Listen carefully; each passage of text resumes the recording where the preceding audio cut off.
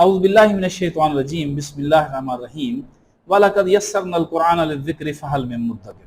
हमने इस कुरान को आसान बनाया है, कोई है जो गौर व फिक्र करे। नाज़रीन आइए अब अगला कलमा हम सीखते हैं, बिस्मिल्लाहिर रहमानिर रहीम का अगला कलमा।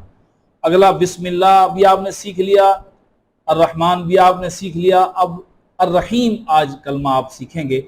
ये अर्रहीम को देखिए ज़रा, ये कलमा कैसे बना है। वैसे तो रहीम का कलमा आप उर्दू में इस्तेमाल करते हैं, रहीम बख्श नाम भी रखते हैं, रहीम का कलमा उर्दू में इस्तेमाल होता है। ये वही कलमा रहम से बना है। और देखिए ये जो अलिफ लाम है ये तो ख़ास करने के लिए आया है। मैंने शुरू में बताया था कि जिस तरह इंग्लिश में नकरा को मार्फा बनाने के लिए, आम को ख़ास करने के लिए टी दी का इजाफा होता है, इसी तरह अरबी के अंदर जो है आम को ख़ास करने के लिए अलिफ लाम का इजाफा होता है। तो ये ख़ास रहीमुन। अब देखिए रहम, ये रहम उर्दू में इस्तेमाल होने वाला एक जज्बे का नाम है, अभी हमने इसे पढ़ा है। देखिए राहिमा, उसने रहम किया, इसका क्या वजन है? फाइला। राहिमा फाइला, राहिमा का वजन है फाइला, उसने रहम किया। एक और वजन हम लेते हैं, फ़ईलुन, ये वजन है। अच्छा, अगर मैं इसी रहम जिसका वजन है फाइला यानी उसने रहम किया, अब इसी रहम को अगर मैं फ़ईलुन पर कहूं तो देखिए क्या कहूंगा, क्या मानी बनेंगे, गौर कीजिए। रहीमुन फ़ईलुन फ़ईलुन रहीमुन, एक ही मौसीकियत है ना जी, एक ही गिनायत है ना जी। अब जरा देखिए एक कलमा है अलीमुन। अच्छा मुझे आप ये बताइए, देखें जो इल्म हासिल करता है उसे कहते हैं आलिम, जो उससे ज्यादा इल्म हासिल करता है उसे कहते हैं अलामा। अच्छा, जो उससे ज्यादा इल्म हासिल करते हैं उसे कहते हैं अलामतुन्नास। लेकिन ये अलीमुन कौन है, अलीमुन किसे कहते हैं? मुझे ये बताइए कि अगर किसी ने जो है इल्म हासिल किया तो उसने कैसे इल्म हासिल किया? तजर्बों से, मुतालियों से, मुशाहिदों से इल्म हासिल किया, तब जाकर वो आलिम साहब आलिम बने, अलामा साहब अलामा बने, अलामतुन्नास साहब अलामतुन्नास बने। अच्छा, आज इस वक्त आप ये वीडियो देख रहे हैं, यानी बिस्मिल्लाहिर रहमानिर रहीम का तर्जमा करना सीख रहे हैं, तो क्या आज से पहले अल्लाह को ये पता था कि फलां फलां फलां बिस्मिल्लाहिर रहमानिर रहीम का तर्जमा यूट्यूब से वीडियो देखकर सीखेंगे? यकीनन आपका जवाब हाँ में होगा। क्या अल्लाह ने कोई मुतालिया किया था? आप कहेंगे नहीं। क्या अल्लाह को किसी ने आकर बताया था? आप कहेंगे नहीं। क्या अल्लाह ने कोई तजर्बा किया? आप कहेंगे नहीं। फिर अल्लाह को कैसे पता चला? जी, अल्लाह को इस वजह से पता चला कि अल्लाह हैं, ये इल्म उनका अपनी ज़ात की वजह से है, किसी और की वजह से नहीं है। तो गोया अलीम वो ज़ात है, अलीम वो हस्ती है जिसका इल्म तजर्बों, मुतालों, मुशाहिदों और किसी के देने से ना हो, बल्कि आप अपनी ज़ात की वजह से जिसका इल्म हो, वो ज़ात जो है वो अलीमुन है, अलीम। तो अलीम सिर्फ अल्लाह की ज़ात है। अलामा हैं, आलिम साहब हैं, अलामतुन्नास हैं, लेकिन अलीम कोई ज़ात नहीं है सिवाय अल्लाह के। अब ये अल्लाह की ज़ात अलीमुन है। तो गोया अब अल्लाह का इल्म। अच्छा मुझे ये बताइए कि ये जो आलिम साहब हैं, जब इन्होंने इल्म हासिल नहीं किया था तो क्या इनके पास इल्म था? यकीनन आप कहेंगे नहीं। इन्होंने जब इल्म हासिल किया तब इनके पास इल्म आया।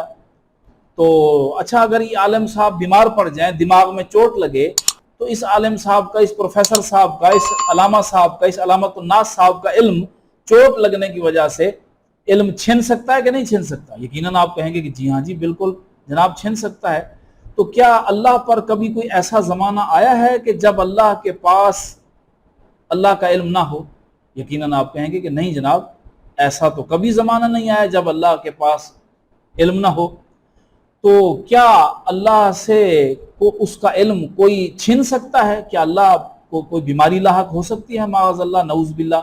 यकीनन आप कहेंगे कि नहीं जनाब, अल्लाह तो हर बीमारियों से, हर नक्स से, हर ऐब से पाक हैं, तो अल्लाह का इल्म भी अल्लाह से नहीं छीन सकता।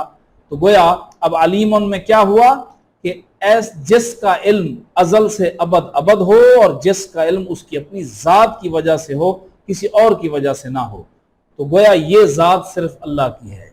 اللہ کا علم ازل سے ابد ابد ہے، اور اللہ کا علم اس کی اپنی ذات کی وجہ سے ہے، کسی اور کی وجہ سے نہیں، اس لیے اللہ سے اللہ کا علم نہیں چھن سکتا۔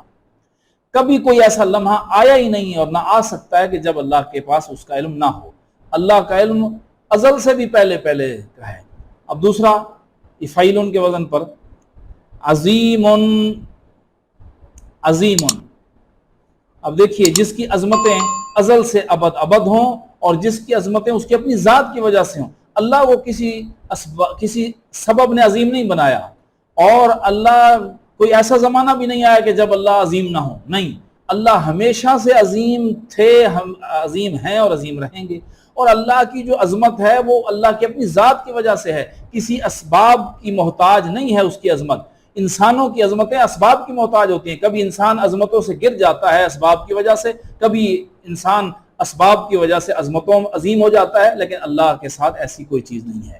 تو گویا یہ صرف اللہ کی ذات ہے، عظیم فعیل عظیم، جس کی عظمتیں ازل سے ابد ابد ہوں اور جس کی عظمتیں اس کی ذات کی وجہ سے ہوں، کسی اور کی وجہ سے نہ ہوں۔ اب دیکھیے قدر مشترک کیا ہے، اس فعیل کے وزن پر آنے والے کلمے میں کیا مشترک ہے؟ ہمیشگی، دوامیت اور ازل تا ابد ابد، صفت ذاتی ہو، کسی اور کی وجہ سے نہ ہو۔ رحیم، اب آپ رحیم کی طرف آئیے، رحیم کا کیا وزن ہے؟ فعیل رحیم، اب آپ کیا ترجمہ کریں گے رحیم کا؟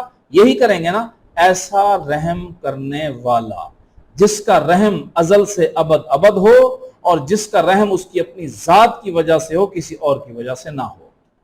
اب آپ یقیناً خود ترجمہ کر لیں گے بسم اللہ کا، کیجئے ترجمہ، بسم اللہ الرحمن الرحیم۔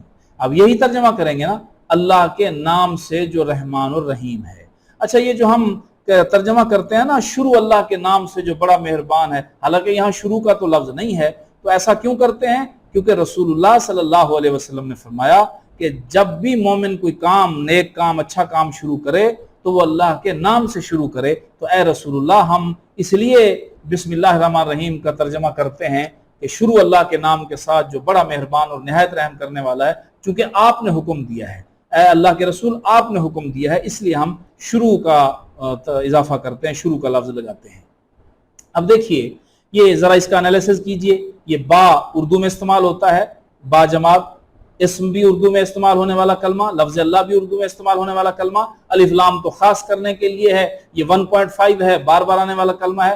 رحمان بھی اردو میں استعمال ہوتا ہے اور رحیم بھی اردو میں استعمال ہوتا ہے۔ الف لام تو 1.5 میں سے، یعنی بار بار آنے والا کلمہ ہے، اور جو کلمہ بار بار آتا ہے وہ تو خود بخود یاد ہو جاتا ہے، کیونکہ اس نے بار بار آنا ہے تو وہ خود بخود آپ کو یاد ہو جائے گا۔ باقی دیکھیں سارے تو دائرے لگ گئے، آپ نے اپنی سر کی آنکھوں سے دیکھ لیا کہ یہ 98% قرآن آپ کی زبان ہے۔ کیا اللہ نے سچ نہیں فرمایا قرآن میں کہ وَلَقَدْ يَسَّرْنَا الْقُرْآنَ لِلذِّكْرِ فَهَلْ مِن مُدَّكِرٍ، ہم نے اس قرآن کو آسان بنایا ہے، کوئی ہے جو غور و فکر کرے؟ آپ نے سر کی آنکھوں سے دیکھ لیا کہ 98% آپ کی زبان، اور بار بار آنے والے کلمے جسے میں 1.5 کہتا ہوں وہ تو 2 ہیں، الف لام جو شروع میں لگا ہے۔ اللہ رب العالمین ہمیں قرآن سمجھنے کی توفیق عطا فرمائے۔